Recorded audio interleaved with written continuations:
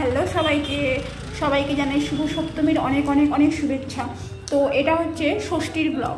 তো দেখো আমি চলে গেছিলাম হ্যামিল্টন কালকে। তো ঠাকুর দেখতে আমি একদমই যাইনি, দেখেই বুঝতেছো যে আমি পুরানো জামা পরেই গেছি। আর হচ্ছে গেছিলাম আমি একটু হ্যামিল্টনে কেনাকাটি করতে। এটা ভাবলেও ভুল হবে যে আমি পূজার জন্য কোনো জিনিস কিনতে গেছিলাম, একদমই না। আমি গেছিলাম ঘরের টুকিটাকি জিনিস কিনতে। তো ভাবলাম আসছি যখন তাহলে একটু ঠাকুরের দর্শন করেই যাই, কারণ আমি তো পরে বেরোতে পারবো কিনা, কারণ বাবুনকে রেখে যাওয়া তো সম্ভব না, দুজনে আমি আর মা। তো তার জন্য ভাবলাম আসছি যখন ফাঁকা আছে আজকে। আর আমার সত্যি কথা এখন ভিড় ভাড়াক্কা না একদম ভালোই লাগে না, তার জন্য আমি চাই একদম ফাঁকায় ফাঁকায় গিয়ে দেখে আসি। তো দেখো প্রথমে চলে গেলাম আমি, এটার নাম জানি না আমি, ফায়ার ব্রিগেডের পেছনে যে হয় পূজাটা, তো সেখানে গেছিলাম। এত সুন্দর লাগলো আমার ওখানে গিয়ে। সব থেকে বড় কথা হচ্ছে মায়ের মুখটা যেমন সুন্দর সেরকম ডেকোরেশনটাও হয়েছে। আর খুব সুষ্ঠুভাবে যেহেতু ঠাকুরটা দেখতে পারলাম। অন্যদিন তো এত ফাঁকা থাকবেই না, ভিড় থাকবে। আর সম্পূর্ণ কাজ এখনও কিন্তু হয় নাই। দেখো কি সুন্দর উপরে ঝাড়বাতি, তারপরে খড় দিয়ে লাইট দিয়ে সুন্দর করে করছিল। এখনও কিছু কাজ কিন্তু অসম্পূর্ণ আছে।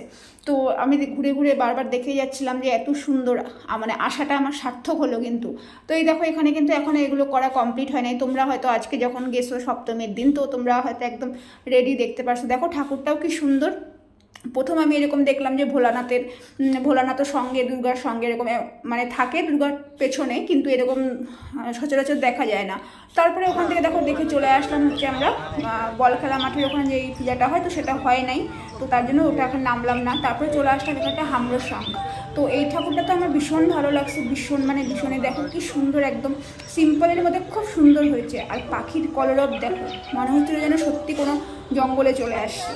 তোমরা হয়তো অনেকে আজকে গেছো এখানটায়, তো তোমরা জানবাই যে কত সুন্দর। দেখো আমি কিন্তু অবাক হয়ে দেখতেছিলাম, মানে যেমন ঠাকুরটা এত সুন্দর হয়েছে, ঠাকুরটা মানে সাদাও না হলুদও না, এত সুন্দর কালারটা। আর দেখো ডেকোরেশনটা খুব সুন্দর হয়েছে, মানে আইডিয়াটা সত্যি একদম নতুনত্ব ঠাকুরের। আর হচ্ছে সব থেকে ভালো লাগছিলো এই পাখির কলরবগুলো, কি সুন্দর।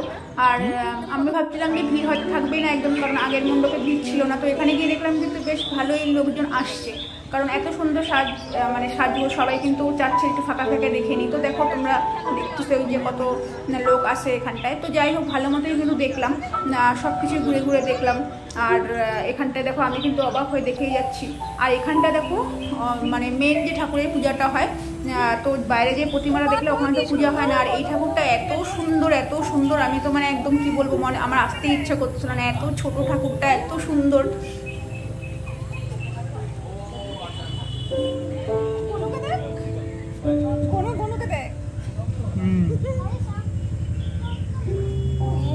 তারপরে এখানে দেখো ভিডিও করতেছিল আদিল।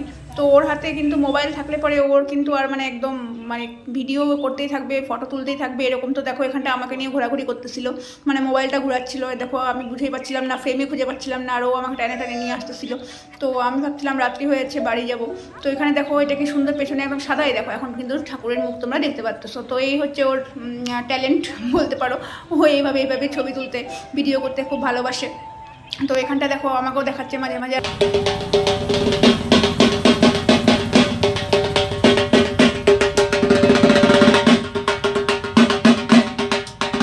তারপরে দেখো ওখানে ঠাকুর দেখে আমরা চলে আসলাম ফরওয়ার্ড নগরে এখানটায়। তো এখানে দেখো ঠাকুরের তখন পূজা হচ্ছিল, ঠাকুরকে তখন অস্ত্রও দেওয়া হয় নাই।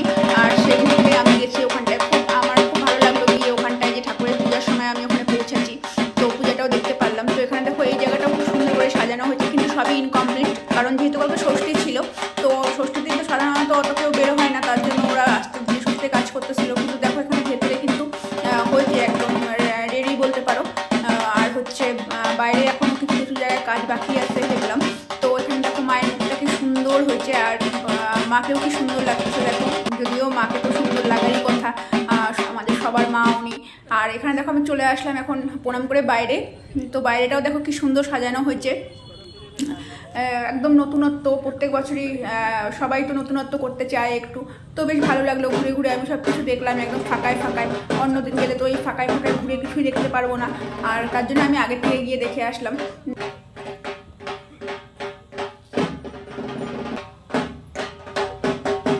তারপরে দেখো ওখানে ঠাকুর দেখে কিন্তু আমি কেনাকাটি করে বাড়ি চলে আসছি, আর তার মধ্যে কিছু ফটো তুলছিলাম, তো সেই ফটোগুলো তোমাদের সঙ্গে শেয়ার করলাম। তো আশা করি আমার এই ব্লগটা তোমাদের ভালো লাগলো, যদি ভালো লেগে থাকে অবশ্যই লাইক কমেন্ট করে দিও, আর তোমরাও খুব ভালো করে আনন্দে পূজা কাটাও। তো আজকের ভিডিওটা এখানেই শেষ করে দেখা হবে পরবর্তী কোনো ব্লগে তোমাদের সঙ্গে। সবাই খুব ভালো থেকো, সুস্থ থেকো, আনন্দে পূজা কাটাও। তো আজকের জন্য টাটা।